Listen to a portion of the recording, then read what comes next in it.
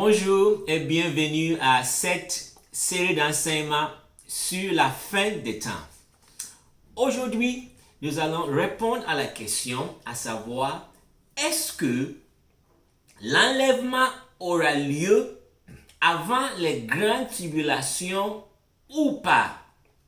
Autrement dit, est-ce que l'Église, les chrétiens seront encore là quand les grandes tribulations vont avoir lieu? Nous allons essayer d'aborder cette question en regardant d'abord ce que Jésus avait dit lui-même par rapport à ce sujet. Ensuite, ce que les apôtres avaient enseigné. Et puis, terminer par ce que le prophète Daniel avait dit. Donc, ce que Jésus avait dit, ce que les apôtres avaient enseigné, nous allons voir, confirme ce que le prophète Daniel avait prophétisé par rapport à l'avènement de Jésus-Christ, ce deuxième avènement.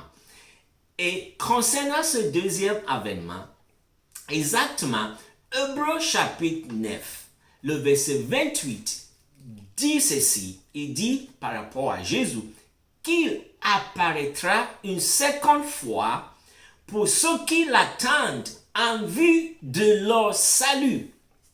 Deux choses que nous pouvons noter par rapport à ce passage. D'abord, si il est question d'une seconde fois, donc nécessairement il y a eu une première fois. Donc oui, si quelqu'un n'est pas encore au courant ou n'a pas encore bénéficié de la première fois que Jésus est venu, nous devons retenir que Jésus est venu sur cette terre une première fois.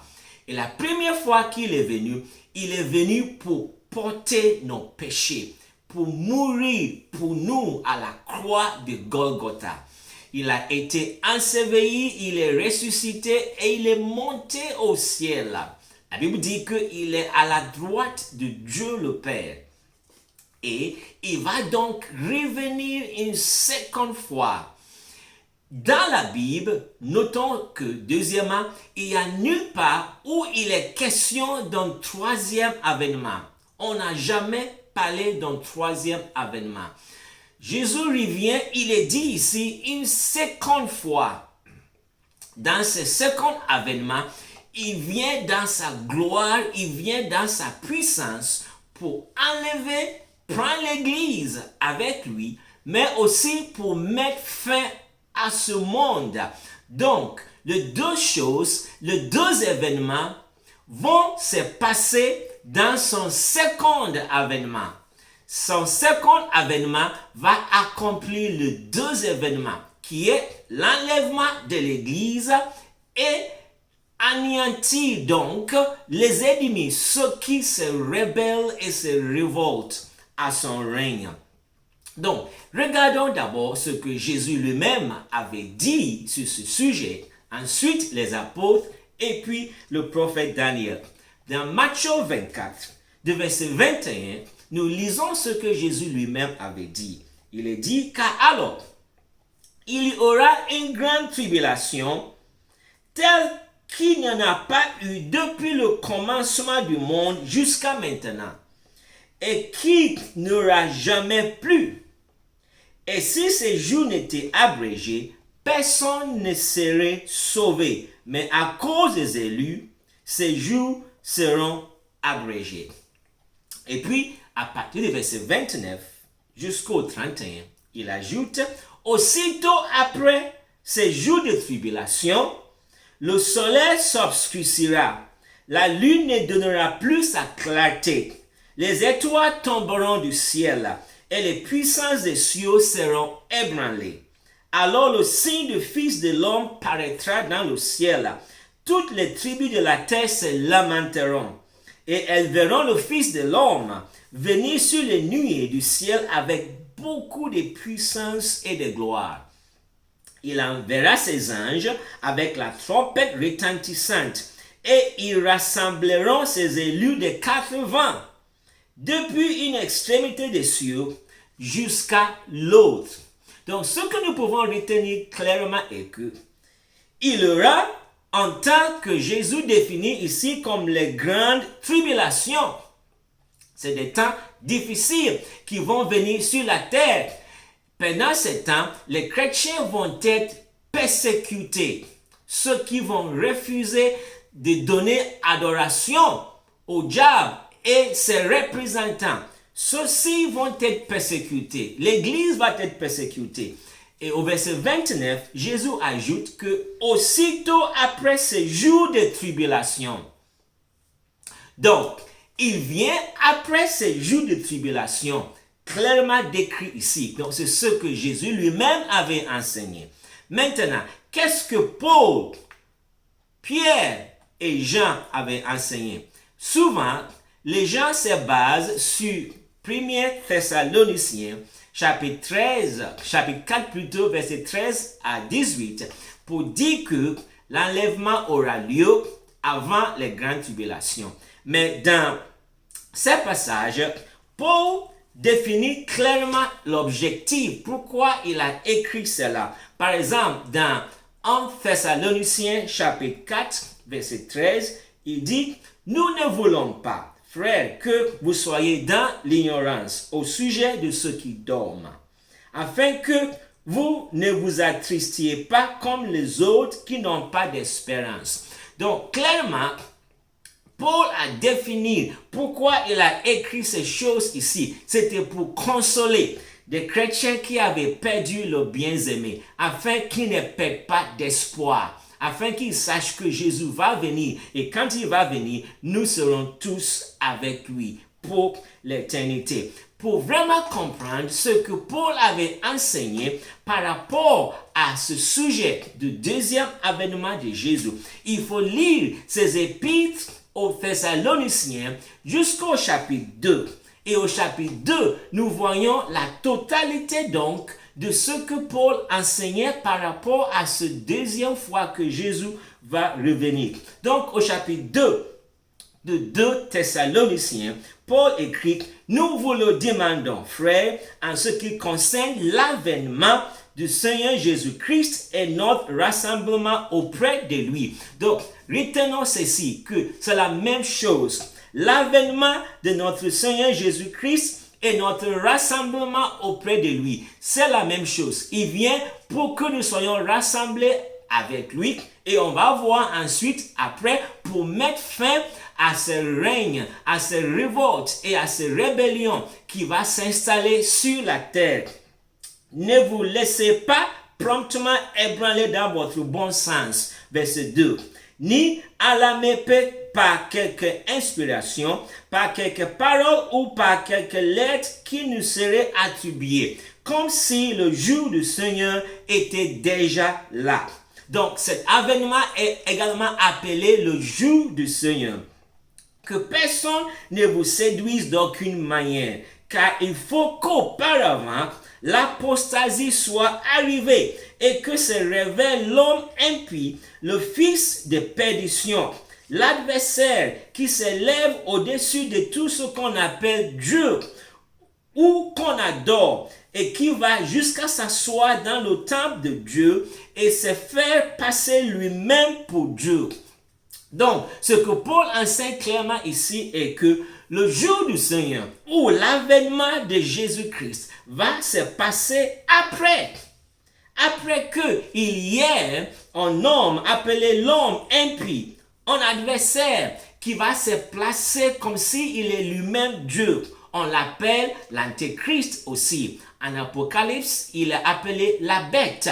Donc, l'avènement, le retour de Jésus va se passer après que cet homme s'est manifesté, après ces révoltes, après ces dernières rébellions. Jésus va venir pour sauver son Église et pour mettre fin à ces rébellions qui va s'installer sur la terre. Nous continuons au verset 5 de 2 Thessaloniciens chapitre 2. Il dit, ne vous souvenez-vous pas que je vous disais cela lorsque j'étais encore auprès de vous? Donc, c'est ce que Paul avait enseigné déjà l'église de Thessalonique. Et dans son épître, il leur rappelle que ne vous souvenez-vous pas, je vous ai déjà enseigné cela. au verset 6. Et maintenant, vous savez bien ce qui le retient pour qu'il ne se révèle qu'en son temps. Donc il y a quelque chose qui le retient et il va se révéler qu'en son temps. Ce Dieu qui est au contrôle de toutes choses, ce Dieu qui est le maître de l'univers, le maître de l'histoire. Car déjà, verset 7, le mystère de l'iniquité est à l'œuvre. Il faut seulement que celui qui le retient encore ait disparu. Alors se révélera l'impie que le Seigneur Jésus détruira par le souffle de sa bouche et qu'il écrasera par l'éclat de son avènement.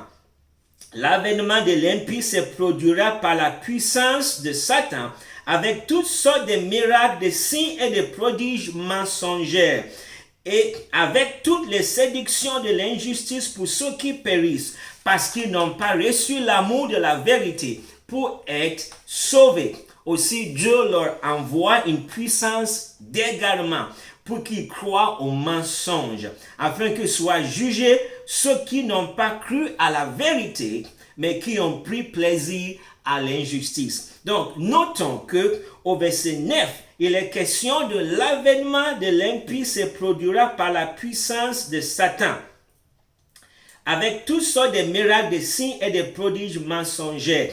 Donc, il y aura une manifestation d'un impie. Et Jésus va venir, son avènement, l'avènement de Jésus va mettre fin à cette rébellion qui va s'installer sur la terre et sauver en même temps aussi son Église.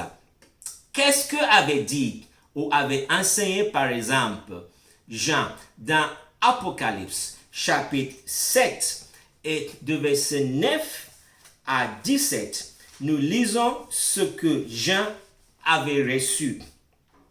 Après cela, je regardais, et voici une grande foule que nul ne pouvait compter, de toutes nations, de toutes tribus, de tout le peuple, de toutes les langues. Ils se tenaient devant le trône et devant l'agneau, vêtus de robes blanches et de palmes à la main.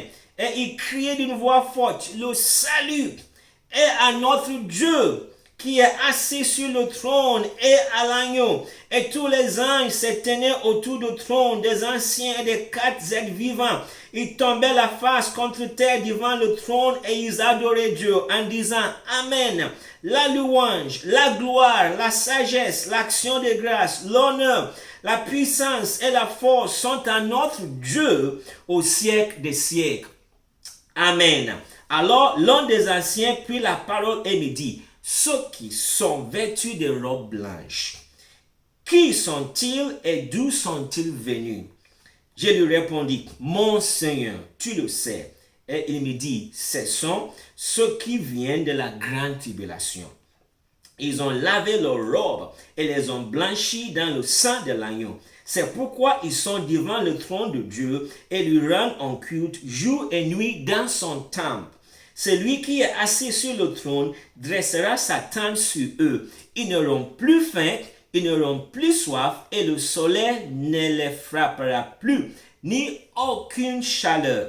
Car l'agneau qui est au milieu du trône les fera paître et les conduira aux sources des eaux de la vie et Dieu essuiera toute larme de leurs yeux. Donc, Jean a vu une grande multitude et on lui a posé la question, cela, d'où vient-il? Il a dit, je ne sais pas, tu le sais. Et l'ange lui a dit que cela, ce sont ceux qui viennent de la grande tribulation. Donc, c'est l'Église qui est sortie d'une grande tribulation. L'Église sera encore là quand aura lieu cette grande tribulation. La Bible est claire là-dessus. Regardons toujours Apocalypse au chapitre 13 et le verset 7. Il dit, par rapport au moment où la bête va régner sur la terre. Apocalypse 13, 7 dit, il lui fut donné de faire la guerre aux saints et de les vaincre. Il lui fut donné pouvoir sur toute tribu, tout peuple, toute langue et toute nation. Donc, la bête va faire la guerre aux saints. Et la question qu'on peut se poser, si l'Église ne sera pas là, qui sont ces saints? Certains disent que c'est des chrétiens rétrogrades, Si c'est des chrétiens rétrogrades, la Bible ne va pas les appeler des saints. La Bible appelle des saints ceux qui ont mis leur foi en Jésus et qui marchent vraiment, qui suivent Jésus, qui sont des disciples de Jésus. Celui qui n'est pas un vrai disciple de Jésus, la Bible ne l'appelle pas un saint. Donc, si la Bible dit que la bête va faire la guerre aux saints, ceci montre donc que les saints, l'Église est encore sur la terre quand la bête va commencer à régner. Jésus disait dans Matthieu 24 que si ce jour n'était pas abrégé, même les élus ne peuvent pas être sauvés. Mais à cause des élus, ces jours vont être abrégés. Donc l'Église, les élus, les saints seront encore là quand le règne de l'Antéchrist, cette dernière rébellion, va se révéler sur cette terre. Toujours dans Apocalypse chapitre 14, versets 9 à 12, il est dit, un troisième ange les suivit en disant d'une voix forte, si quelqu'un se prosterne devant la bête et son image, et reçoit une marque sur le front ou sur la main, il boira lui aussi du vin de la fureur de Dieu, versé sans mélange dans la coupe de sa colère, et il sera tourmenté dans le feu et le soufre, devant les saints anges et devant l'agneau. La fumée de leur tourment monte au siècle des siècles, et ils n'ont de repos ni le jour ni nuit, ni jour ni nuit. Ceux qui se prosternent devant la bête et devant son image, et quiconque reçoit la marque de son nom. C'est ici la persévérance des saints qui gardent les commandements de Dieu et la foi en Jésus. Donc, nous voyons clairement dans ce passage que quand va régner la bête sur la terre, il doit y avoir la persévérance des saints qui vont garder les commandements de Dieu et la foi en Jésus. Donc l'Église est encore là. Quand va se manifester la bête? Qu'est-ce que a enseigné l'apôtre Pierre? Pierre, dans son épître de 2 Pierre, chapitre 3, et de verset 3 à 10, il est écrit, « Sachez avant tout que dans les derniers jours, il viendra des moqueurs pleins de railleries qui marcheront selon leur propre convoitise et diront, où est la promesse de son avènement? Son avènement. On a vu que son second avènement, donc c'est le même avènement. Où est la promesse de son avènement? Car depuis que les pères sont morts, tout demeure comme depuis le commencement de la création. En effet, ils oublient volontairement qu'il y eut autrefois des cieux et une terre, qui du milieu de l'eau est formé par l'eau surgit à la parole de Dieu. Et que par les mêmes causes, le monde d'alors périt submergé par l'eau. Mais par la même parole, les cieux et la terre actuelle sont gardés en réserve pour le feu, en vue du jour du jugement et de la perdition des impies. Mais il est un point que vous ne devez pas oublier, bien-aimés, c'est que devant le Seigneur, un jour est comme 1000 ans et 1000 ans sont comme un jour. Le Seigneur ne retarde pas l'accomplissement de sa promesse, comme quelques-uns le pensent. Il use de patience envers vous. Il ne veut pas qu'aucun périsse, mais il veut que tous arrivent à la repentance. Le jour du Seigneur, dans le jour du Seigneur et l'avènement du Seigneur, c'est la même chose. Il vient pour chercher l'Église et met fin à la rébellion qui va s'installer sur la terre. Au verset 10, le jour du Seigneur viendra comme un voleur. En ce jour-là, les cieux passeront avec fracas. Les éléments embrasés se dissoudront et la terre avec les œuvres qu'elle renferme sera consumée. Donc, c'est la même chose que Pierre nous dit ici. Puisque tout cela est en voie de dissolution, combien votre conduite et votre piété doivent être saintes. Attendez et hâtez l'avènement du jour de Dieu. Attendez et hâtez l'avènement du jour de Dieu. où les cieux enflammés se dissoudront et où les éléments embrassés s'effondreront. Donc c'est la même chose. Le jour du Seigneur, l'avènement du Seigneur, son deuxième avènement, son second avènement. Il vient pour sauver l'Église et il vient pour anéantir la rébellion qui va s'installer sur la terre juste avant qu'il ne vienne. Alors, qu'est-ce que le prophète Daniel avait dit? Ce que Daniel avait dit n'est qu'une confirmation de ce que Jésus avait dit et les apôtres avaient enseigné. Dans Daniel, chapitre 7, de verset 21 à 27, nous lisons ceci. Je regardais cette corne faire la guerre aux saints et l'emporter sur eux. Donc cette corne, c'est la même personne, l'homme impie, l'antéchrist, la bête. Et Daniel dit, je regardais cette corne faire la guerre aux saints et l'emporter sur eux. Donc les saints seront encore là quand cet homme, cet antéchrist va se manifester. Jusqu'à ce que vienne l'ancien des jours pour rendre justice aux saints du Très-Haut. Et le temps arriva où les saints furent en possession du royaume. Donc, il va faire la guerre aux saints jusqu'à ce que Jésus revienne pour nous sauver. Verset 23, il me parla ainsi. La quatrième bête, c'est un quatrième royaume qui existera sur la terre, différent de tous les royaumes, et qui dévorera toute la terre. Il la foulera et la pulvérisera. Les 10 cornes, ce sont 10 rois qui s'élèveront de ce royaume. Une autre s'élèvera après eux. Il sera différent des premiers. Il abaissera 3 rois. Il prononcera des paroles contre le Très-Haut. Il opprimera les saints du Très-Haut. Donc, quand cette rébellion va se passer sur la terre, il dit que cet homme ou cette reine, il opprimera les saints du Très-Haut. Il espérera changer les temps et la loi, et les saints seront livrés entre ses mains pendant un temps, des temps et la moitié d'un temps. Ces saints dont on parle ici, ce n'est pas des chrétiens rétrogrades. C'est plutôt l'Église qui est là.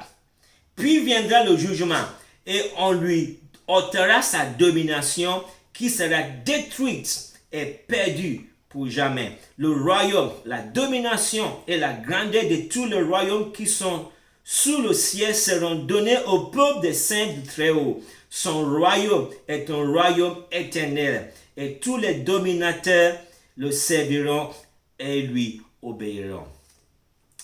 Un autre passage dans Daniel chapitre 12, verset 1 à 4. En ce temps-là s'élèvera Michel le grand chef, celui qui tient bon en faveur des fils de ton peuple.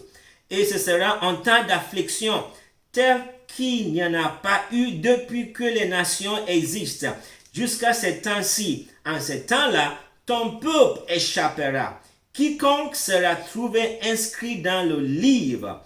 Beaucoup de ceux qui dorment dans la poussière de la terre se réveilleront. Les uns pour la vie éternelle et les autres pour la honte, pour l'abjection éternelle. Ceux qui auront été des clairvoyants resplendiront comme la splendeur de l'étendue céleste. Et ceux qui auront enseigné la justice à la multitude comme des étoiles, à toujours et à perpétuité. Toi, Daniel, tiens secrète ces paroles et scelle le livre jusqu'au temps de la fin. Beaucoup alors le liront et la connaissance augmentera. Donc nous voyons que Daniel également avait prophétisé et enseigné, dit clairement que les saints, l'Église sera encore là quand va se manifester l'Antéchrist. Et puis, juste regardons clairement et brièvement par rapport à ce sujet que à chaque fois qu'il est question du fait que cet événement est proche, et pas de la même chose, c'est-à-dire le second avènement. Son second avènement, Jésus va venir pour sauver l'Église et anéantir l'impie. Par exemple, dans Philippiens chapitre 4, verset 5, il est dit que votre douceur soit connu de tous les hommes. Le Seigneur est proche. Donc le Seigneur est proche. Il vient pour nous sauver et anéantir la rébellion. Jacques 5, 8, il dit, vous aussi soyez patients, affermissez vos cœurs, car l'avènement du Seigneur est proche. L'avènement du Seigneur. Nous avons vu au début que Hébreux 9, 28 parle d'un second avènement. C'est la même chose, le même événement. L'avènement du Seigneur est proche. Dans 1 Pierre 4, 7, il dit, la fin de toutes choses est proche. Soyez donc sages et sobres pour vaquer à la prière. La fin de toutes choses est proche. Parce que quand Jésus va venir, il va mettre fin à toutes choses. Sauver l'Église et mettre fin à toutes choses. Apocalypse 1, 3. Il est écrit, heureux celui qui lit et ceux qui entendent les paroles de la prophétie et qui gardent les choses qui y sont écrites, car le temps est proche. Apocalypse 22, 10. Et il me dit, ne scelle point les paroles de la prophétie de ce livre, car le temps est proche. Donc ce temps qui est proche, c'est le même temps, c'est la même chose. Jésus vient sauver l'Église et anéantir la rébellion qui va s'installer sur la terre. Maintenant, nous en tant que chrétiens, devons-nous avoir peur? Devons-nous trembler? Si nous écoutons ce que Jésus dit, non, nous ne devons pas du tout avoir peur. Jésus nous avait avertis, nous avait parlé de cela. Et on ne doit pas du tout avoir peur. Au contraire, il dit par exemple dans Jean chapitre 4, il dit que votre cœur ne se trouble pas. Croyez en Dieu, croyez aussi en moi. Donc, par notre foi en Christ, on ne doit pas du tout avoir peur. Il a dit que dans le monde, vous aurez des tribulations. Mais croyez en moi parce que moi j'ai vaincu le monde, Jésus avait dit. Donc, Jésus est capable de nous donner la grâce pour rester vainqueur. Et effectivement, dans Apocalypse, les saints sont sortis avec des robes blanches. Ils sont sortis vainqueurs. Et à chaque fois dans Apocalypse, Jésus dit, et le vainqueur. Donc, oui, nous pouvons rester vainqueurs. Comment pouvons-nous rester vainqueurs? Dans 2 Timothée, chapitre 4, verset 8, nous avons une clé. Par la grâce de Dieu, nous allons continuer ces enseignements, mais je veux quitter aujourd'hui en nous donnant 2 Timothée, chapitre 4, et verset 8, qui dit ceci. Désormais, la couronne de justice m'est réservée. Le Seigneur, le juste juge, me la donnera en ces jours-là, et non seulement à moi, mais à tous ceux qui auront aimé son apparition. Donc, ce que nous devons faire en tant que chrétiens, c'est d'aimer son apparition. Pierre disait de hâter ces jours. Nous devons vivre dans l'attente, dans l'anticipation. Anticiper, aimer, chercher, désirer voir ces jours venir. Et c'est pourquoi en fait Jésus nous a enseigné à prier que quand nous prions, notre prière doit être notre Père qui est aux cieux. Que ton nom soit sanctifié, que ton règne vienne, que ta volonté soit faite sur la terre comme au ciel. Jésus veut des hommes et des femmes qui cherchent, qui désirent, qui aspirent à faire la volonté de Dieu au ciel, sur la terre comme il est fait exactement au ciel. Et au ciel, c'est des hommes et des femmes qui vont faire la volonté de Dieu, qui vont y être, qui vont partir là-bas au ciel. Et Jésus va revenir pour anéantir la rébellion qui va s'installer sur la terre et pour chercher son église. Tous ceux qui ne vont pas faire partie de la rébellion, tous ceux qui vont dire non, pour nous, c'est Jésus qui est notre roi. Ceux qui vont refuser de donner adoration à ce rebelle qui va s'installer sur la terre et dire, moi, ma vie, j'adore que Jésus-Christ. C'est Jésus mon Dieu. C'est Jésus que j'adore. Cela, il va venir les chercher et on va être avec lui pour toute l'éternité. Si jamais, mon frère, ma soeur, Si jamais tu n'as pas encore donné ta vie à Jésus, si jamais tu ne désires pas vraiment adorer Jésus, soumettre ta vie à lui, c'est le moment. Parce qu'un temps viendra où ça va être difficile. L'impie, l'antéchrist, la bête va régner ici et il va vouloir que les gens l'adorent. Mais nous qui adorons Jésus, nous allons refuser d'adorer cet individu. Nous allons donner notre adoration qu'à Dieu et à Dieu seul. Et c'est cela que Jésus va venir pour chercher, pour vivre avec lui pour l'éternité. Je t'invite de vraiment, à partir d'aujourd'hui, céder ta vie et rendre ton culte, ton adoration à Dieu et à Dieu seul. Au nom de Jésus-Christ. Que le Seigneur te bénisse. Amen.